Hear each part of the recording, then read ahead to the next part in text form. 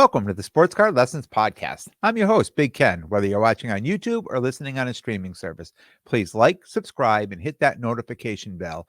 You'll be notified whenever I drop any new content. Welcome. Thanks for being here.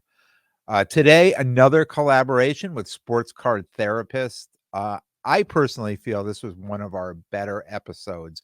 I really think you guys are going to like this one. Let me know what you think. Without further ado, here we go.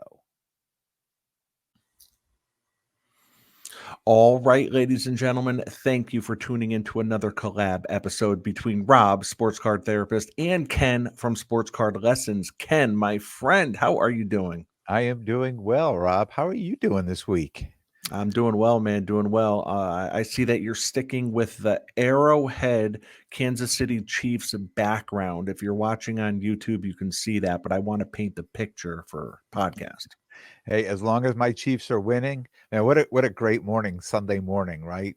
Got the Germany game. I get to get up. I watched the first half. I recorded my podcast, and then I went back and watched the second half of the game. It was just a fantastic Sunday morning. We come out with the W. Yeah. So as long as we're winning, we're gonna keep Arrowhead up here. Yeah, I tell you, man, absolutely nothing like the NFL season as a fan, you know. So we have the NFL season, we have the baseball season that just wrapped up, we have basketball season that's underway. And it feels like for there being so much excitement happening in sports, you would think that that kind of thing would translate to the hobby. However, like we've both talked about on our shows in the past few weeks, in the past month or so, this really does feel like the slow time in the hobby. It's the holidays. It's just a lot going on right now. And I know you mentioned on your previous episode that dropped earlier this week that you actually went to two separate shows. So I didn't get to go to any shows. I know the plan was I was hoping to go to at least one, maybe even two of these shows with you. I could not make it happen. So you have your finger on the pulse of what people are saying, how it feels, what you're seeing at shows. So I guess just kind of talk to me a little bit about that. What's some of the stuff that you've seen in the last week of going to some big shows? Yeah, so just a lot of conversations, and when you go to these shows, you're running into people and you're talking for 5, 8, 10 minutes with people, and it's always coming back to the same thing. It's like everybody's shaking their head. The hobby, where are we going? Where's it going? Like, are we at the bottom? Are we going to drop more? Are we going to start to come up? Is it just that time of year? And one of the things like I like to do is just go back and look at last year, right? Go see what was going on last year and what was going on the year before. So the year before last year, if you remember, we were doing shows and the hobby was just killing it. That's when we first started doing shows.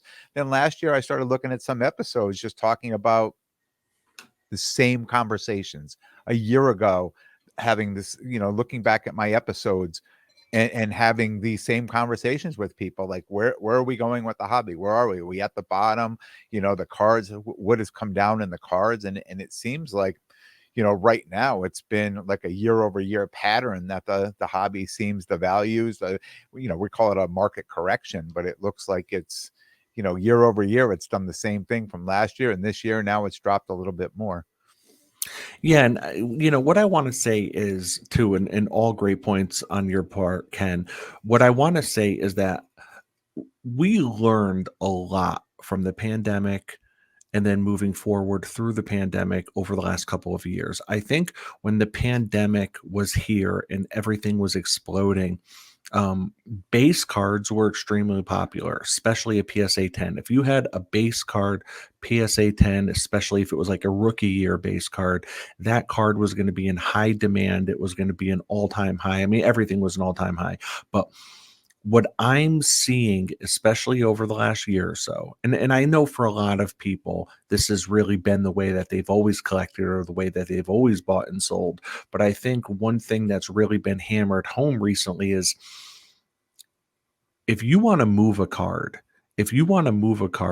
well, first of all, everyone is still priced super high, right? You go to shows and it's Yeah. like, people are priced at like 150% of comps. And I feel like this is a thing I feel like it's getting old talking about. And like I've talked about over the last couple of years, for me, if I want to get the best deal when buying a card, it has to be on auction, or it has to be through a flipper, because a flipper typically gets their cards low and then they're looking to only make a little bit of margin, but really just keep an inventory coming in and out, right? And I know that you had talked about on your last episode how when you were walking the floor and you would see guys that are like asking, they're at 150% of the comp, right? So they're literally like 50% higher, or sometimes even double what the last comps are, and they're like, "Hey, I'm underwater on my cards. I'm underwater, so this is my asking price." Um, you need to have some pretty unique cards, I think, if you want to be able to move in and out and have cards that people want. I think just your basic cards that have high pop counts, unless it's an iconic rookie, people don't want that stuff anymore. It needs to be something rare. Yeah. Yeah. And you need to be prepared to sell. Right. So if I've learned nothing else with the hobby and the stock market and everything else, like when these prices come down on these cards, I mean, you need to follow suit with the because you're going to end up being stuck with these cards. And I talked about this on countless episodes, saying, oh, it makes no sense for me to sell that card because I would be taking a loss on it. But then the longer I hold on to some of those cards, the bigger the loss becomes. Right. So at some point, if like for me, if I'm going to be a dealer out there, I can't have a case full of stuff and say I'm at 150% because what am I selling? I'm not selling anything, right? So if I'm going to, unless I'm saying a particular card, like I just love this card and I want to keep it, then keep it. I'll keep it here at home. I'll put it up on the wall. But I can't see going to a show and putting it in my case at twice the twice pricing it twice as high, and then just tell people, well, I'm underwater because who's going to buy that card? I mean, who is going to walk up to me and say, "Oh man, I'm so happy to see that card there, and look, I'm going to get you out from underwater. I'm going to pay twice as much for that card just from you." Nobody's going to do it. So if I'm in the market to be selling cards, I need to follow suit and I need to stick closely to what people are paying for cards and move the cards. If you know, you take a chance, right? You're taking a chance with everything we buy. And especially for me, if I'm going to be putting it in my case, I'm taking a chance. I have to make an educated decision on it. And I make good decisions, I make bad decisions. But at the end of the day, they should all even out. Right. Some cards I made a great decisions on and I made a decent amount of money, and other cards I made terrible decisions on and I've lost some money. But hopefully at the end of the day, it's going to even out. But I just can't see putting cards in my case for twice as much and expect people to buy them. Yeah, and it brings me back. Think about this past weekend, right? You and I are texting as we're daily texting. So I text you on Saturday and I said, "Listen, I don't know if you're going after anything for auction that's going off tonight, but this is what I'm going after." I sent you a picture of the two cards I was going after. One of them was the 1979 O-Pee-Chee Wayne Gretzky on card auto graded as authentic. And the other one was a 1990 Hoops Michael Jordan, the all-star card of him taking a jump shot, but it was on card in person auto as well. So both those cards were on card in person autos. Sunday morning, those prices were very low, and that's when I had sent them to you. And I'm like, these are the cards I'm going after. So I'm hoping they go decently low. And lo and behold, they, you know, their auction went off and they both, the Gretzky went for over 4K and the Jordan went for over 3K. And I'm like, because Sunday morning, like I kind of got my hopes up. Sunday morning, the Gretzky was only at like 1100 and the Jordan was at like 600. And I'm like, maybe I can grab both of these. Um, but they far and wide exceeded what I thought that they were going to go for. So what that tells me is I know exactly what the pop count on those are. The OPG in total, all grades on the OPG, the pop count I believe was like 170. I want to say maybe 170, and on the Jordan in all grades it was only a pop 3 for PSA. So When I say that there are still certain cards out there that are demanding high prices, I mean it's those rare and scarce types of cards. Mhm. And I can remember going back to conversations that you and I would have and you were having on your show last year. And you're like, you know what? Like the reason, part of the reason why I think I want to move away from these quarterbacks is because if I have a Justin Herbert, um, optic hollow PSA 10, chances are there's five other ones in the room in cases, and people are going to come up to my case, even if they're a buyer and they want that card, they're going to ask me a price. They're not going to pull the trigger on it because they know they're going to see it in other cases. Mhm. So that's why for me, I've really always kind of tried to stick with the goats and cards that are a bit more rare than others. And I know based on conversations you and I have had, you've talked about like, do I want to move away from prospecting? Do I want to go and really start going down that lane of the goats? So has the market currently right now and how we're in a bit of a lull as we always are this time of year, has that shifted your thinking into thinking like, I think I want to start picking up more goats? Yeah, I think the play right now, and I talked to at least 3 or 4 listeners over the weekend and asking me like, "What do you think? What is your next move? What do you think you're gonna do?" And I told all of them, I think the move right now is retired goats, to go out, the Jordan, the Bradys, the Gretzkys, things like that. These are the cards I think are safe buys, and the pricing, yeah, I mean, you're talking about the price is still up, but I've seen a lot of these prices coming down on these cars. I've looked at a number of the Brady Bowman Chromes. Now, I had quite a story on one that I ended up selling at the National last year, and now I'm thinking, okay, I'm past all that. Maybe I'll go out and buy another one, right? But these are cards like I'm not going to buy these cards to put in my case to sell at shows. If I'm buying these cards, I'm going to buy them to hold them because I just think, if the market is good and I can get into a card, I'm not if the market drops a little bit more, I'm not going to be crazy about it. Right. I'm not going to be like, oh, this card is down and I have to put it in my case and take a loss. No, these are cards I'd like to buy and just hold on to because I just think it's a much safer market. Now, I know you do a lot of vintage and I don't do vintage. Right. So this is me saying, okay, create, where's my lane going to be? What lane am I going to jump into here? I don't want to go out and learn a whole new lane right now. I know enough about the lane that I'm in that I can make some really, educated decisions and make some good deals and put some good cards on my wall here in the office. Yeah, yeah, and so just going with that notion, right? Talking about the Braid 2000 Brady Bowman Chrome rookie, right? That's distance itself, I think, in terms of football cards, as being one of the most iconic rookie cards and one of the most iconic football cards Mhm. of all time. So, talking about that, as of right now, 2023, right? Thanksgiving is a couple weeks away. As of right now, November 2023, the last comp on a Brady Bowman Chrome PSA 10, the last comp was $7,500. So one just sold 2 days ago for $7,500. Okay. And to give that some context, the all time high for that card is 24,500. So 24,500. And if I'm and that was within the last 2 years. Within the last 2 years, that was a 24,500 card.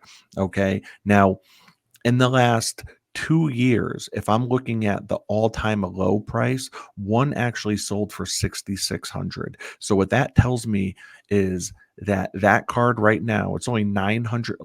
2 days ago sold for 7,500. That means it's only $900 away from being at a 2-year low right now. So my question though is, I'm going to throw this in there too, right? Does it have is it gonna fall even more? Because the pop count on that is 1155.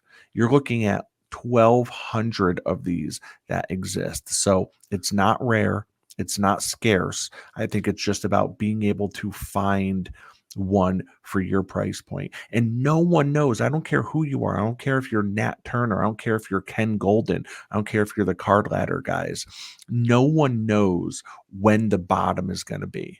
Yeah. No one knows when is going to be the right time to buy, Mhm. right? So for me, if I have it in my head that I'm trying to get into a PSA 10 of this card, I need to look at a price point that I feel comfortable with and that I feel confident with, right? I need to have a little bit of comfortability, a little bit of confidence.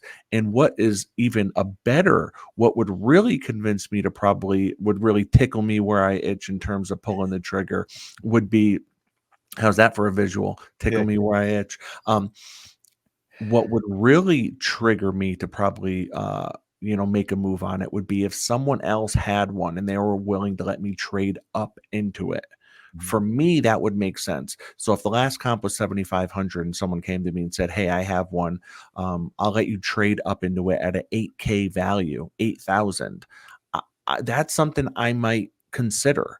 Mhm. So I'm curious, like, with knowing that that card right now is at a 2-year low or near a 2-year low, but it has a pop count of almost 1,200. Where is your mind at regarding that card? Because I know that card has always kind of been in your head. Yeah. So first of all, it would be 100% a private sale.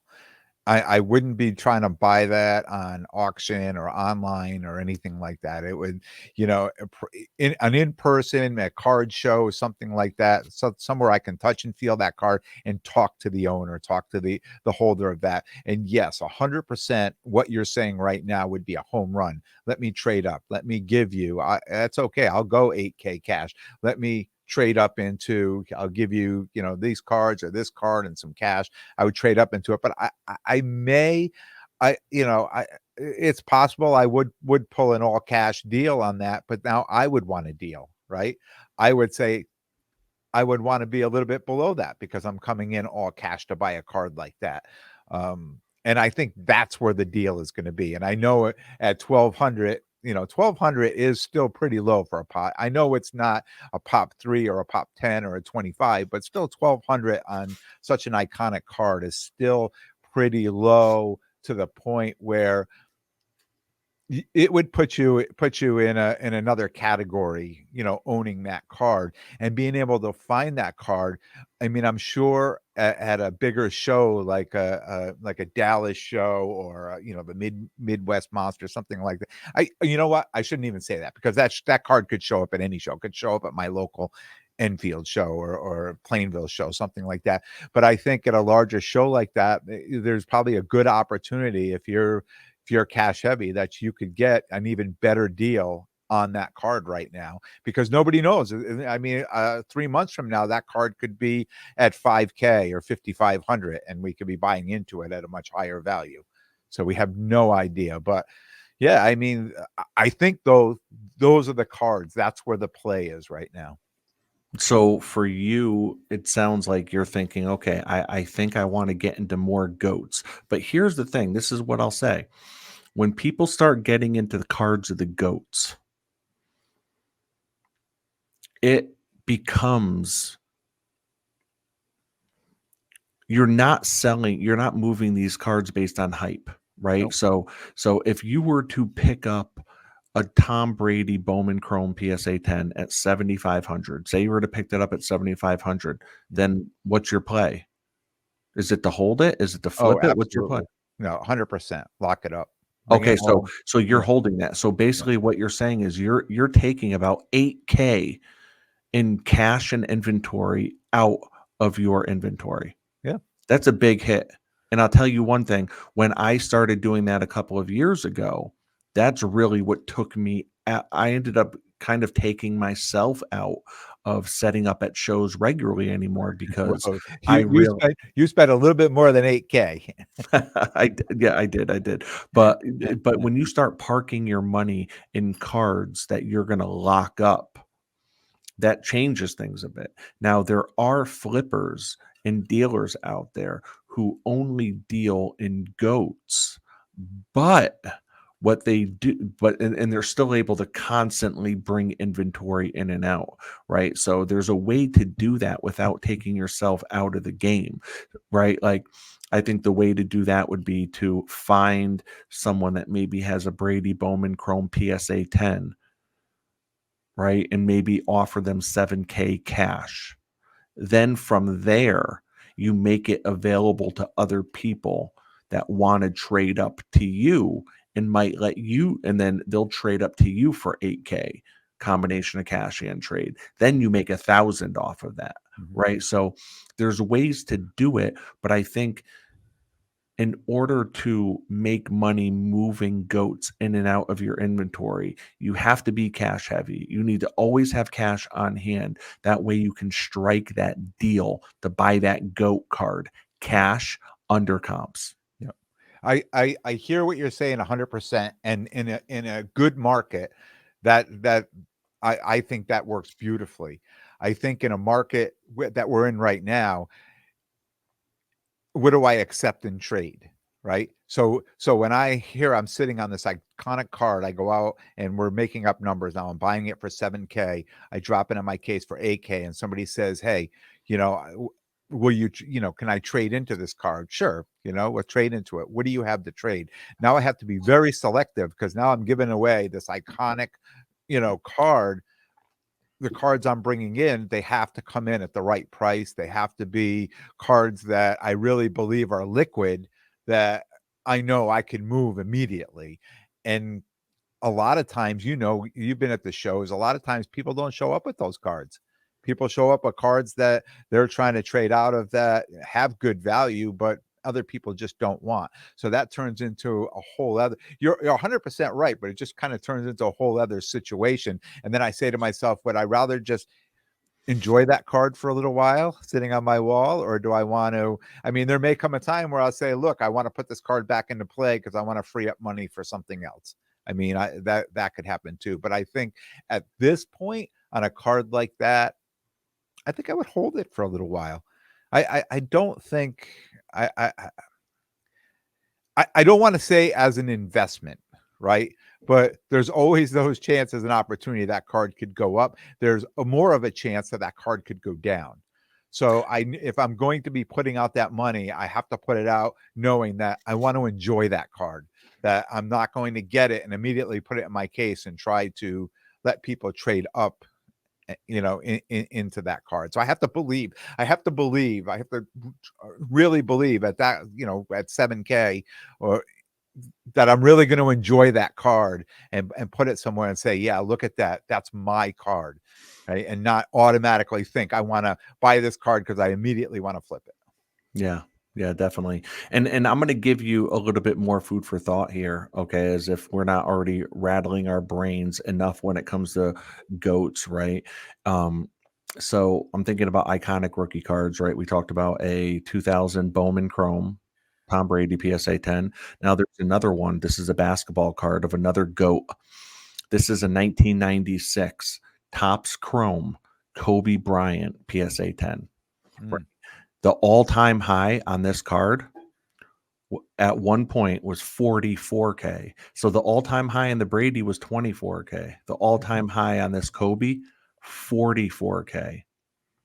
What do you think the last sale was on that card right now? 12K. 4,600. Woo. 4,600. So that tells me that that card is what, down 90%? Yeah. 90% And from its and you all-time think high? that's, I'm gonna ask you, why do you think that is? Why do you think that Well, the Kobe card has come down even further than? Well, yeah, I'll definitely. I mean, there's a couple reasons. There's a couple things that I think you can't that like are probably good reasons as to why it's down.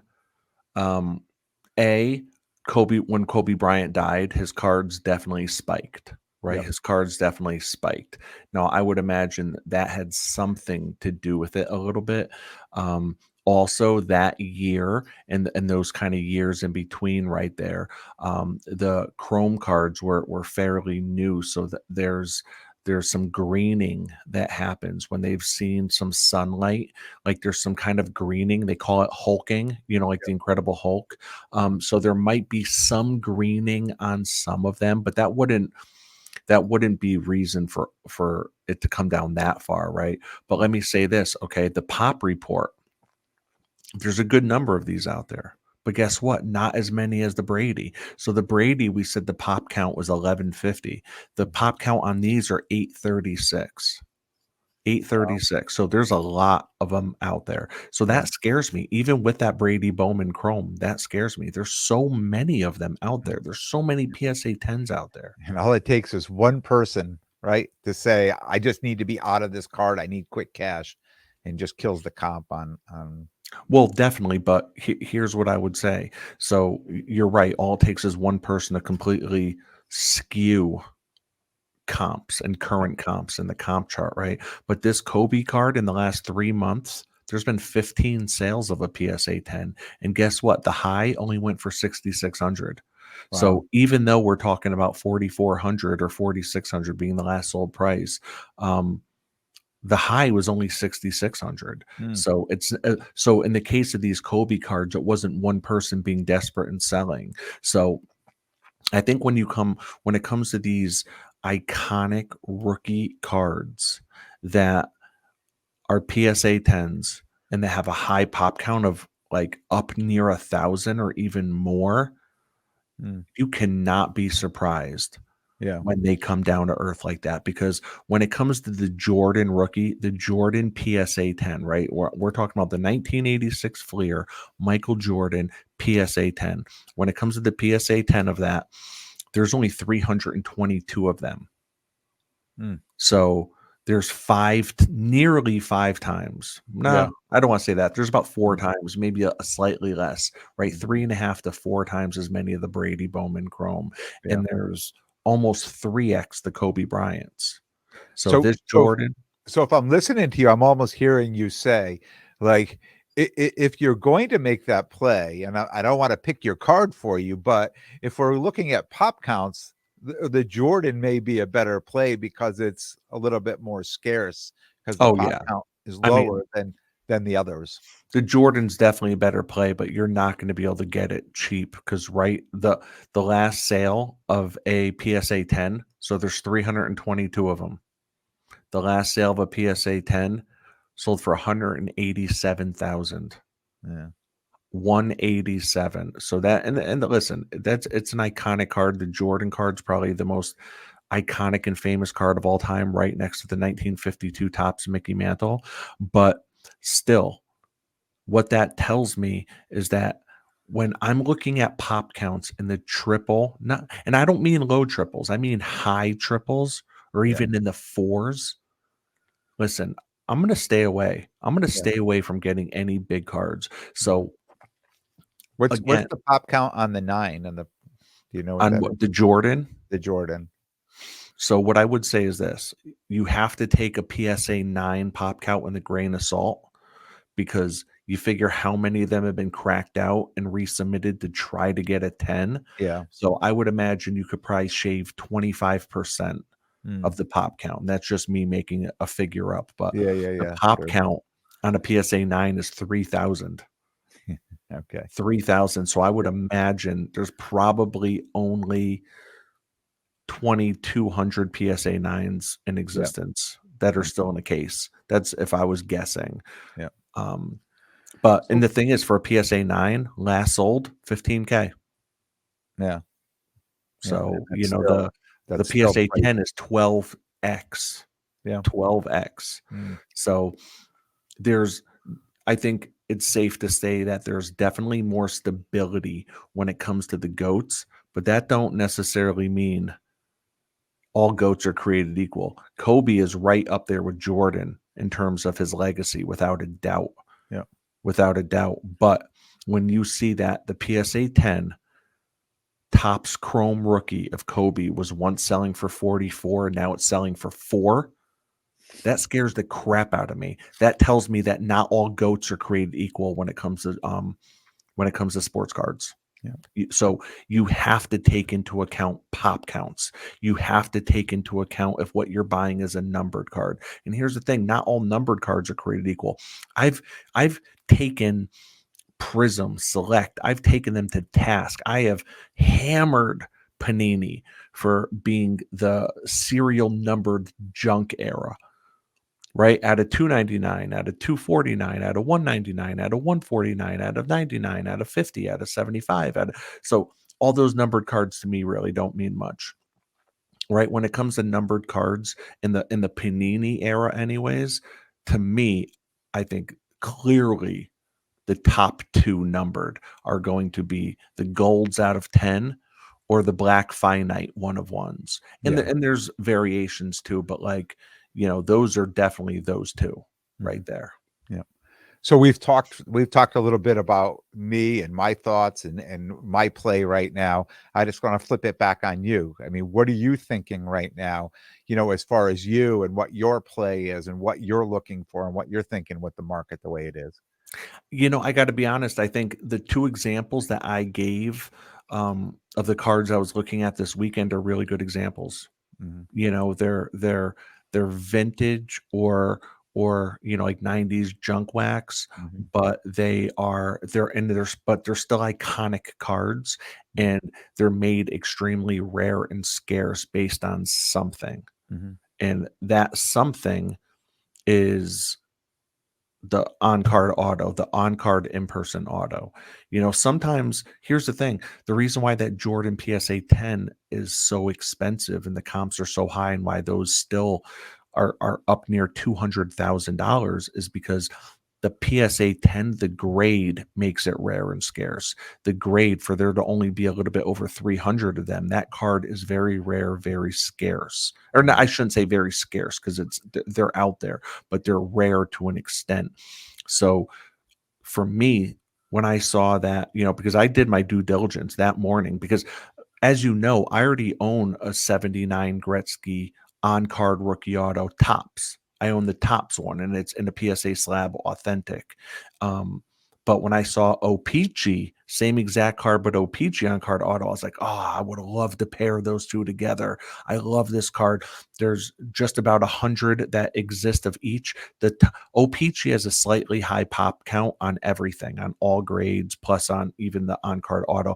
I think OPG, the pop count was like 170, 175 for the rookie on card auto, and the tops was like 125 or like 100. So I was researching all the pop counts Sunday morning. I'm like, okay, I want to make sure this is the right card. Yeah. Um, and then that Jordan on card auto, only 3 in all grades.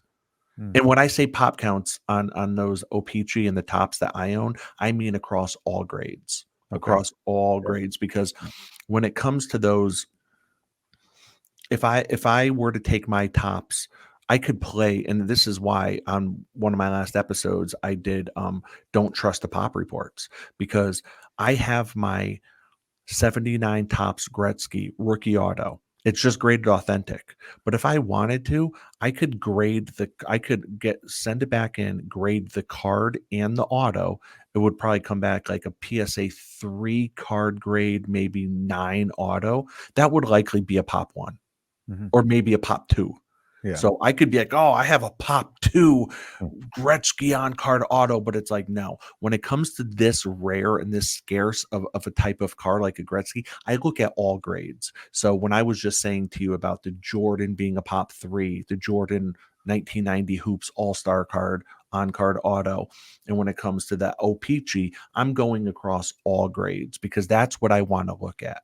And that's why I say do not trust the pop reports, because you can skew the pop reports or your listing title. Like if you're listing a card on eBay, you can make it be whatever you want it to be at the end of the day if you have something that's somewhat rare. Yeah. Yep. Absolutely.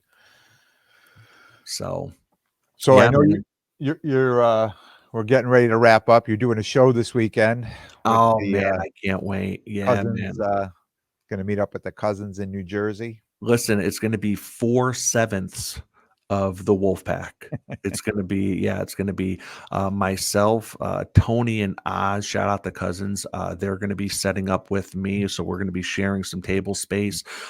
Craig, New York City Sports Cards, is gonna be in the building. I'm gonna try to talk to Laz and see if, I can get who Craig is setting up with. Craig's setting up with a friend. I'm going to try to get them set up like right next to us so that the wolf pack can be in full force. Kind of like what we did at that last show when Yep. Tony came up from Philly and we got Craig set up right behind us, remember? So we were all kind of right there in the same area as it was. And Dave was there too, I think, right? So Yep. that's the plan. The plan is to try to get Mm, all of us set up right in the same area right there so we can just hang out all day. But I'm going to be going there. I'm going to be bringing a lot of stuff. Not a ton of high end stuff, but I have a ton of low and mid end stuff. mm. I have a That's what ton of everybody's putting in their cases these days, so you gotta well, fit yeah, right in. and the thing is too, like, when it comes to, like, money and cash wise, I think that's the stuff you talk about know the show. Big Ken from Sports Card Lessons always talks about know the show, and for me, I think that's the stuff that's gonna be moving. If Yeah. I'm looking to sell stuff, it's gonna be low end, which is 500 or less. So I'm bringing a ton of low end stuff. I'm bringing a bunch of Type 1 photos, so I'm gonna have a case that has just my Type 1 photos in it. Then I'm going to have a case that has just low end. Then I'm going to have a case that has just the heavy hitters. So I'm looking forward to setting up Secaucus, New Jersey. Uh, I'll definitely be posting about it on my Instagram, on my Twitter, all that good stuff. But Mhm. at on Instagram at Laz NYC, so LAZNYC. He's the one that's putting it on. Secaucus, New Jersey. Looking forward to setting up. Hopefully, I'm sure I'll be seeing a lot of listeners as always, and Yep. Yep. just having a good time, and enjoying it, being out there, and Mhm. getting that buzz, feeling that buzz. I can't wait. I know it's been a while since I've set up, but I won't be there, and I won't I be, know, man. I That's won't a be bummer. That's a I know I bummer you're won't be not going to be setting there. up, but I'll be walking. I'm gonna be in North Carolina. I'm gonna be, Saturday morning, I'm gonna walk the fairgrounds, card and collectible show in Raleigh. So if you're down in that area, down in North Carolina, you're gonna be at that show, hit me up, let me know. If you're set up, I'll see you. If you're just gonna be at the show, look for me. I'll be there first thing Saturday morning, doors open, 9 a.m. I'm gonna be there. I'll be there for a few hours Saturday morning because I have to catch a flight in the afternoon back to, Connecticut. So, I'm definitely gonna miss the last show and hanging out with you guys in the Wolf Pack, but, yeah, we'll there's a December show, so maybe we can run it back in December. I'll be at that December show. We'll run it back in December and try to get everybody back there again. Definitely, without a doubt, man. Yeah. Listen, Ken, it's been a pleasure as always collaborating with you. Look forward to continuing to do these collab episodes. I have my roundtables that are going to be coming up very soon. I'm kind of putting the finishing touches on all those, and I know you had mentioned you're going to be putting together a couple roundtables that you have in mind. So Yep. definitely some great content that's going to be coming up, and hopefully this content can get everyone through the holidays. I hope everyone has safe holidays and has a great Thanksgiving, great Christmas, all that stuff. It's all about family, and I always try to say on the show, anytime the holidays have come around, because I'm coming up on 3 years of doing the podcast. I think March or April is going to be 3 years, but I want to say do not overextend yourself for the holidays with family. Don't overextend yourself with cards. Obviously, that's something I always try to say. Now it feels like a really good time to buy, but if you don't have it, you don't have it. Yeah. There's always going to be more cards. Yep. So, but yeah, Enjoy the holidays. Don't put any more pressure on you than yourself than you have to, right? Family absolutely. first, and, this is it's a hobby. At the end of the day, it's a hobby. Even if it's a business like it is for most people, it's still a hobby, and you need to enjoy it and find a way to enjoy it. Yep. No Yeah. additional pressure. Yeah. Yeah. Well said. All right, guys. Thank you very much for tuning in. Ken, thanks for another collab episode, guys. Don't forget, take care of yourselves and your collection. And be good to yourselves and everyone around you. Take care, Rob. You too, man.